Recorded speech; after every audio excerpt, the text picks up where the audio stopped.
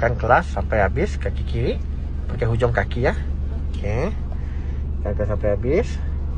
Okey, kaki kanan standby dulu atas brake. Okey, standby. Okey.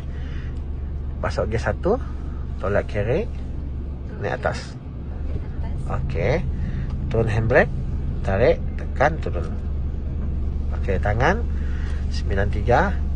Okey, jangan keraskan tangan lah, lembut je. Okey. Kita mula. Lepas clutch perlahan-lahan sampai kereta bergerak, tahan dulu clutch. Lagi, lepas clutch perlahan, kaki sebelah kiri. Lagi, lepas perlahan. Lepas lagi. Lepas lagi. Lepas lagi. Lepas. Lepas lagi. Lepas lagi. Okey, kereta mula bergerak. Okey, tahan dulu, tahan. Jangan lepas lah. Okey, jauh sikit baru boleh lepas habis. Okey, lepas habis clutch. Enjin tidak akan mati ya. Mun contoh lepas mengejut, enjin akan mati. Okey, cara nak brake, tekan clutch sampai habis. Okey, brake perlahan-lahan. Atau brake mengejut. Okey.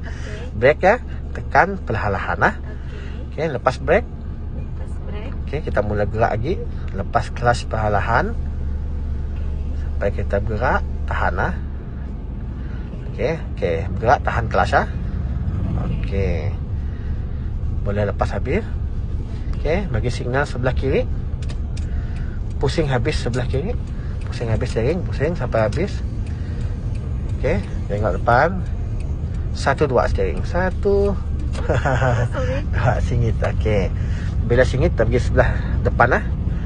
Okey, pusing sikit sampai lurus kereta. Okey, balik tempat asal steering. Itulah tempat asalnya.